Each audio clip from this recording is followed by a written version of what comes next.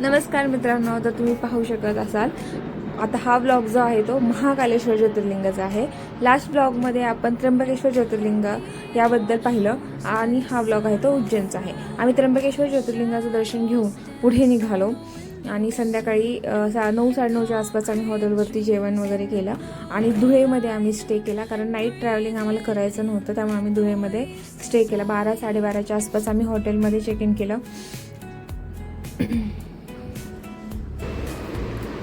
हॉटेलच्या रूम वगैरे खूप सुंदर होत्या, खूप छान होत्या, क्लीन वगैरे। हा पूर्ण हॉटेलचा व्ह्यू आहे। सकाळी लवकर उठलो, आवरलं आणि आमच्या पुढच्या प्रवासासाठी आम्ही निघालेलो आहोत। आरूची एक नंबर झोप वगैरे झालेली आहे, खूप छान, त्यामुळे ती एकदम फ्रेश आहे आणि मस्त ती एन्जॉय करत आहे गाडीमध्ये। तर तुम्ही पाहू शकाल, हा आला आपला check post point, Maharashtra Madhya Pradesh border.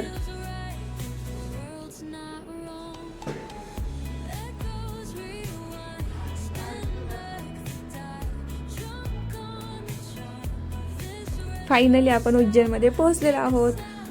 तर इथून पुढचं सगळं शूट जे आहे ते आपल्या उज्जैनमधलं। खूप छान तिथले रोड वगैरे खूप मस्त वाटते, कलरफुल अशा वॉल वगैरे मस्त।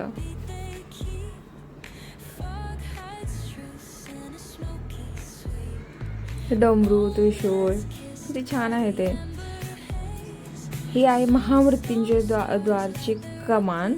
आपण उज्जैन महाकालेश्वरला एंटर केला आतमध्ये कमानीमधून।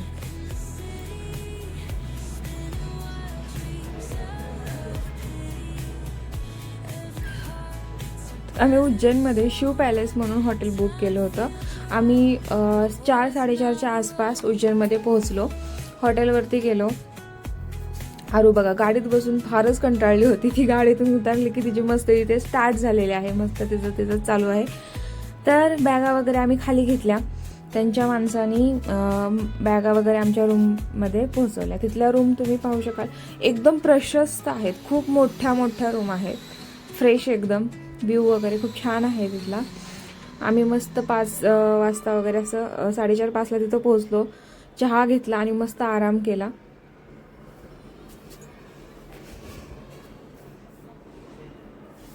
6 वाजता आम्ही निघालेलो, 6-6:15च्या दरम्यान आम्ही निघालो। आम्हाला क्षिप्रा नदीची आरती अटेंड करायची होती, त्यासाठी आम्ही निघालो। आम्ही कार घेऊन गेलो होतो, पण तिथं पार्किंगचा वगैरे बराच विषय होता, त्यामुळे तिथल्या लोकल व्यक्तींनी आम्हाला सजेस्ट केलं की तुम्ही इथं गाडी पार्क करा एका साईडला आणि तिथं ऑटो जी भेटते ती तुम्हाला जिथं जे पॉईंट तुम्हाला पाहिजे असतील ते तुम्हाला घेऊन जाईल, त्यामुळं पार्किंग शोधायचा किंवा वगैरे असं काही आम्हाला एवढा त्रास तिथे पुढे आला नाही। त्यामुळे मग आम्ही इथे गाडी पार्क केलेली, या साईडला गाडी पार्क केली आणि तिथे आम्हाला एक ऑटो भेटली। त्या ऑटोमध्ये आम्ही बसलो, ते आम्हाला क्षिप्रा नदीच्या घाटावरती घेऊन गेले।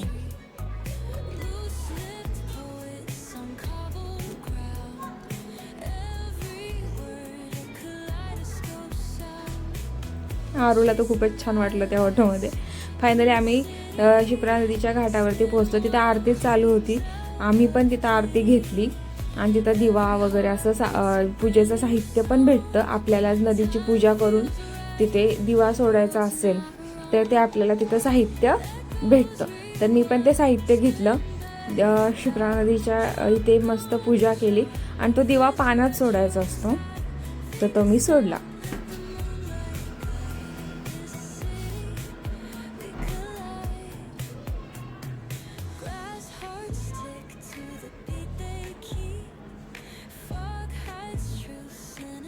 खूप छान वाईब्स होत्या या आरतीच्या पण। आता इथून आम्ही पुन्हा ऑटो केली आणि आम्ही गेलो हरसिद्धी माता मंदिरामध्ये। तिथल्या आरतीच्या वाईब्स बापरे खूपच भारी होत्या। तिथं आरतीच्याच वेळेस आम्ही पोहोचलो। आम्ही आरती काही अटेंड नव्हतो करणार, आम्ही लाईनमध्ये लागलो आणि दर्शन घेतलं, पण खूप भारी तिथलं एक्सपिरियन्स खूप छान आहे। तुम्ही उज्जैनला गेला तिथे जाच, खूप मस्त वाटतं तिथे। आणि हरसिद्धी माता एक शक्तिपीठ पण आहे, तर नक्की दर्शन करा।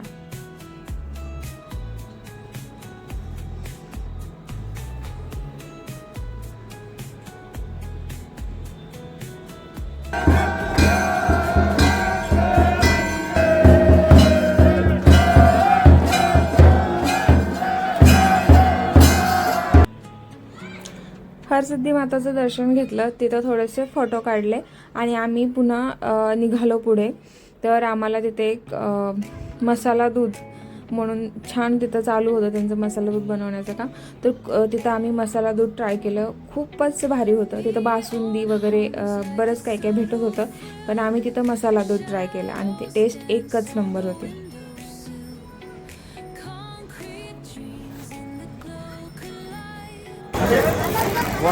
वा एक नंबर काय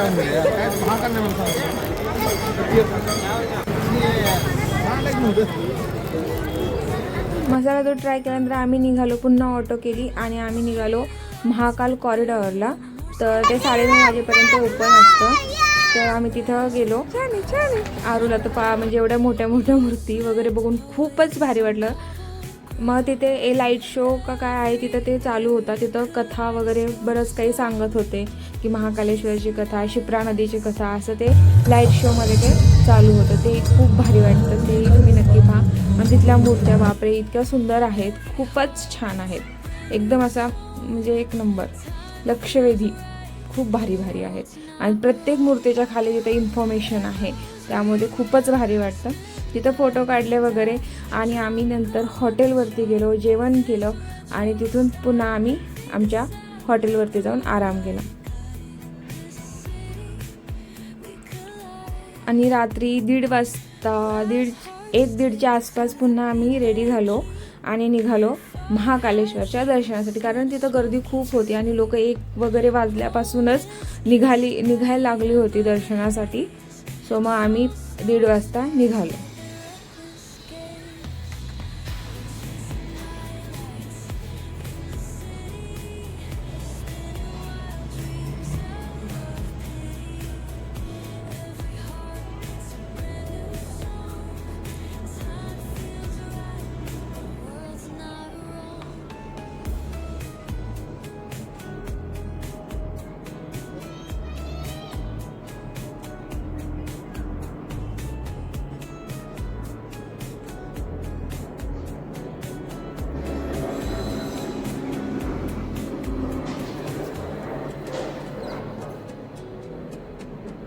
दर्शनासाठी आम्ही जो तिथं पास काढलेला होता तो गेट पास काढला आणि आम्हाला त्या ऑटोनी सोडलं गेट नंबर 1ला. अवंतिका गेट म्हणून आहे तिथं, तिथूनच लाईन लागणार होती.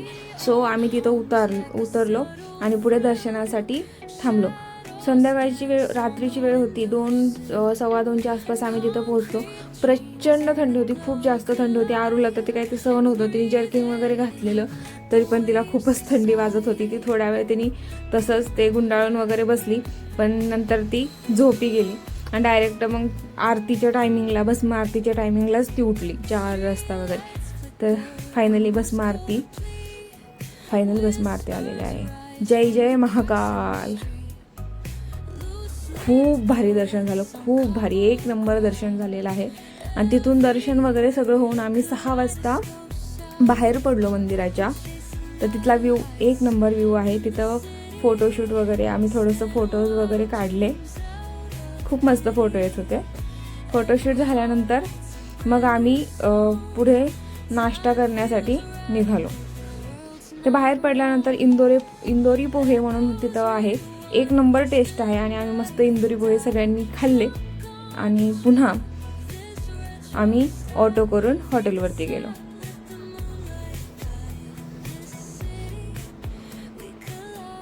आणि हॉटेलवरती जाऊन आराम वगैरे केला आणि 12-1च्या दरम्यान आम्ही चेकआउट केलं आणि काळभैरवला निघालो.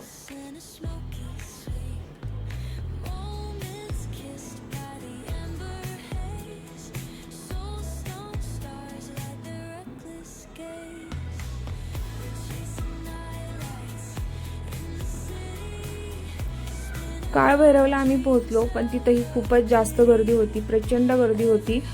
पण तिथं काही आम्ही जास्त शूट केलं नाही. तिथं डायरेक्ट लाईनला लागलो, पास काढूनच लाईनला लागलो. दर्शन झालं, थोडंसं फोटोशूट केलं आणि निघालो. तिथं बाहेरच जेवण केलं आणि निघालो. तर आम्ही आता पुढे इंदोरमध्ये स्टे केलेला आहे. तर इंदोरमध्ये आम्ही काय काय केलं, काय शॉपिंग केली वगैरे सगळं तुम्हाला कळेल आणि पुढचं ज्योतिर्लिंग कोणतं असेल तेही तुम्हाला समजेल. सो स्टे ट्यून आणि ब्लॉग आवडल्यास लाईक शेअर सबस्क्राईब नक्की करा. Thanks for watching.